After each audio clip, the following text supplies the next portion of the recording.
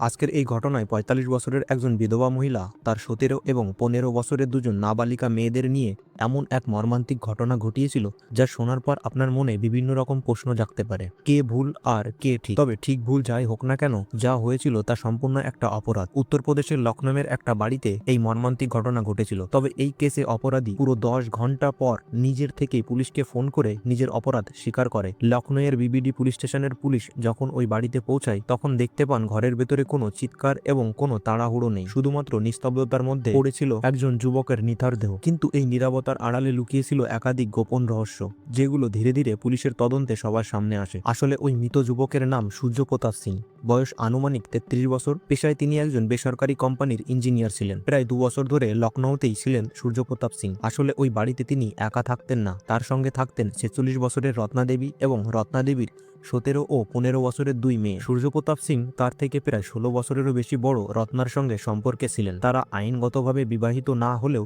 একসঙ্গে বসবাস করছিল, যাকে আসলে সাধারণভাবে লিভ ইন রিলেশনশিপ বলা হয়। ২০১২ সাল নাগাদ সূর্যপ্রতাপ সিং তখন পলিটেকনিকের ছাত্র ছিলেন। পড়ালেখার পাশাপাশি তিনি টিউশন পড়ানোর জন্য বিভিন্ন বাড়িতে গিয়ে তাদের ছেলে মেয়েদের টিউশন পড়ানোর জন্য কথাবার্তা বলতেন। ঠিক তেমনি রত্নাদেবীর বাড়িতে গিয়েও রত্নাদেবীকে জানায় যে তাদের পরিবারে যদি কোনো টিউশন পড়ানোর মতো বাচ্চা থাকে তাহলে তাকে জানাতে, কারণ সে খুব ভালোভাবে টিউশন পড়ায়। এরপর রত্নাদেবী ওই দিন সূর্যপ্রতাপ সিংকে জানায় যে তার হাজবেন্ড এখন বাড়িতে নেই, হাজবেন্ড বাড়িতে এলে আমি এ ব্যাপারে কথা বলে তারপর আপনাকে জানাবো। রত্নাদেবীর হাজবেন্ড বাড়িতে এলে টিউশন পড়ানোর বিষয়ে কথা বলেন। তখন তার হাজবেন্ড জানায় যে তাদের ছোট মেয়ে অনেক ছোট, তাই সে যেন তার বড় মেয়েকে টিউশন পড়াতে দেয় সূর্যপ্রতাপ সিং এর কাছে। এরপর আবার সূর্যপ্রতাপ এলে রত্নাদেবী তার বড় মেয়েকে টিউশন পড়ানোর অনুমতি দেয়। তারপর থেকে সূর্যপ্রতাপ নিয়ম করে রত্নাদেবীর বাড়িতে টিউশন পড়াতে আসতেন। এদিকে ২০১৪ সালে হঠাৎ করে তার হাজবেন্ড মারা যায়। এরপর রত্নাদেবী পুরো একা হয়ে গেছিলেন। বাড়িতে তার দুই মেয়ে ছিল, তিনজন মিলেই তাদের সংসার ছিল। প্রত্যেকদিন নির্দিষ্ট সময় সূর্যপ্রতাপ সিং তার বড় মেয়েকে টিউশন পড়াতে আসতো। রত্নাদেবীর স্বামী মারা যাওয়ার পর একাই দিন কাটাচ্ছিলেন। নিজের সুখ দুঃখ হাসি কান্না কারোর সঙ্গে শেয়ার করতে পারছিলেন না। বেশিরভাগ সময় একা একা মন মারা হয়ে বসে থাকতেন। টিউশন পড়ানোর পাশাপাশি সূর্যপ্রতাপ সিং রত্নাদেবীর সঙ্গে বন্ধুত্ব সুলভ আচরণ করতে থাকে। এরপর ধীরে ধীরে রত্না ও সূর্যপ্রতাপের মধ্যে একটা বন্ধুত্বের সম্পর্ক গড়ে ওঠে, আর সেখান থেকেই শুরু হয় গভীর সম্পর্ক। এভাবেই চলতে থাকে সময়। যেহেতু রত্নাদেবীর বাড়িতে ছোট দুটো মেয়ে ছিল এবং তার হাজবেন্ড মারা গেছিলেন, তাই সূর্যের বাবা নরেন্দ্র সিং তাকে জানায় যে সে যেন রত্নাদেবীর বাড়িতে না যায়, কেননা আশেপাশের প্রতিবেশীরা অনেকেই বিভিন্ন রকম কথা বলেন তাদের নিয়ে। কিন্তু এরপর সূর্য তার পরিবারকে জানায় যে রত্নাদেবীর সাথে তার সম্পর্ক তৈরি হয়েছে, যা শোনার পর সূর্যের পরিবার কখনোই মেনে নিতে পারেননি, কেননা রত্নাদেবীর দুটো মেয়ে ছিল। তাছাড়া রত্নাদেবী সূর্যের থেকে প্রায় ১৬ বছরের বেশি বড় ছিল।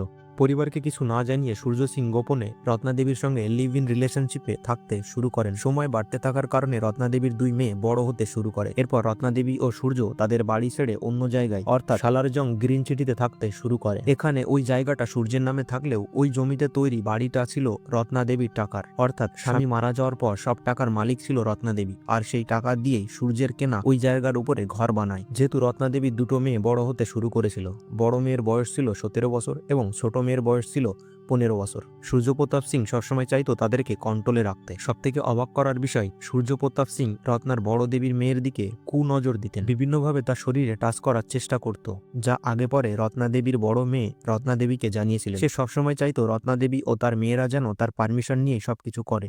এমনকি মোবাইল ফোন বা সোশ্যাল মিডিয়া চালাতে গেলেও সূর্য সিং এর পারমিশন নিতে হতো। সত্যি অবাক করার বিষয়, সূর্যের এই কন্ট্রোল করার মনোবৃত্তি ধীরে ধীরে বাড়তে শুরু করে, যার জন্য তার বড় মেয়েকে স্কুলে যেতে দিত না। বেশ কয়েক মাস সে স্কুলে যেতে পারেনি। এমনকি বাধ্য হয়ে শেষমেশ ঘটনার কয়েকদিন আগেই রত্নাদেবী তার বড় মেয়েকে ১২ ক্লাসে আবার ভর্তি করেন। যখনই প্রতিবেশীরা তাদের বাড়ির পাশ দিয়ে যেত তখনই ওদের বাড়ি থেকে কিছু না কিছু ঝগড়ার আওয়াজ আসতো। যেহেতু ছোটখাটো বিষয় নিয়ে সূর্যপ্রতাপ সিং ও রত্নার মধ্যে প্রায় ঝগড়া হতো, তাই রত্নাদেবী ভাবত যে বাড়িটা যেন রত্নাদেবীর নামে করে নেয়, কিন্তু সূর্য রাজি হয় না। যেহেতু সূর্যপ্রতাপ সিং এর নজর ছিল রত্নাদেবীর বড় মেয়ের ওপর। ঘটনার দিন অর্থাৎ ৭ই ডিসেম্বর ২০২৫ রত্নাদেবীর বড় মেয়ের ফোনে তার একজন ছেলে বন্ধুর ফটো দেখতে পান সূর্যপ্রতাপ সিং। এরপর তিনি রেগে গিয়ে তার হাত থেকে ফোনটা কেড়ে নেয় এবং রত্নাদেবীর বড় মেয়েকে ঘরের ভিতরে টেনে নিয়ে যায়, গিয়ে ঘরের দরজা বন্ধ করে দেয় এবং তার সঙ্গে কিছু অপ্রাসঙ্গিক কাজ করার চেষ্টা করে, যা রত্নাদেবী পুলিশকে বয়ান দিয়েছিলেন। এরপর রত্নাদেবীর বড় মেয়ে চিৎকার শুরু করেন। এরপর ওই চিৎকার শুনে রত্নাদেবী ও তার ছোট মেয়ে ছুটে আসেন। ঘরের দরজা খুলে দেখতে পান সূর্যপ্রতাপ সিং তার বড় মেয়ের ওপর অত্যাচার করছে।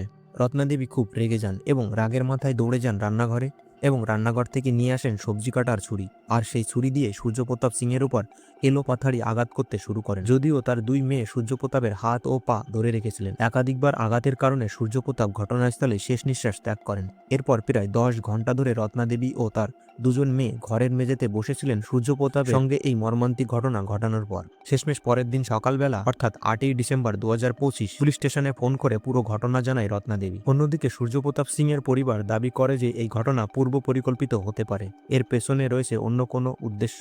এই দুই বিপরীত মতের মধ্যে এখনো চলছে তদন্ত। আসলে সত্যিটা কি সেটা আদালতই চূড়ান্তভাবে বলবে, কারণ আদালত ঠিক করবে কি ভুল আর কি ঠিক। কিন্তু এই ঘটনা আমাদের একটা প্রশ্নের মুখে দাঁড় করিয়ে দেয়, যখন একটা সম্পর্কের মধ্যে ধীরে ধীরে অতিরিক্ত নিয়ন্ত্রণ আসে তাহলে সেই সম্পর্ক ভয়ে ভরে যায়। তখন সেই সম্পর্কটা কতটা বিপজ্জনক হয়ে উঠতে পারে তা এই ঘটনা দেখলে বোঝা যায়। লখনৌয়ের এই ঘটনাটা শুধু একটা অপরাধের গল্প নয়, এটি মানুষের মানসিক অবস্থা, সম্পর্কের সীমা এবং সীমা ভেঙে গেলে কি হতে পারে তার কঠিন বাস্তবের ছবি। আসলে কোনো প্রকার অপরাধ ঠিক নয়। যদি কখনো কোনো সমস্যার সম্মুখীন হন তাহলে অবশ্যই পুলিশ প্রশাসনের সাহায্য নিন। ভিডিওটা শুধু শিক্ষার জন্য তৈরি করা হয়েছে। ভিডিওতে দেওয়া সমস্ত তথ্য ইন্টারনেটে সবার জন্য উন্মুক্তভাবে রয়েছে। ভিডিওতে দেওয়া কিছু ফটো বা ভিডিও এআই দ্বারা তৈরি করা হয়েছে, যার বাস্তবের সঙ্গে কোনো মিল নেই। তাই দয়া করে কেউ বিভ্রান্ত হবেন না। ভিডিওটা যদি ভালো লাগে তাহলে আমাদের চ্যানেলটিকে সাবস্ক্রাইব করে পাশে থাকবেন, আর বেশি বেশি করে শেয়ার করবেন, যাতে করে মানুষ অপরাধ থেকে দূরে থাকতে পারে। আর অবশ্যই ভিডিও সম্বন্ধে আপনার কি মতামত তা কমেন্ট বক্সে জানাবেন। ধন্যবাদ।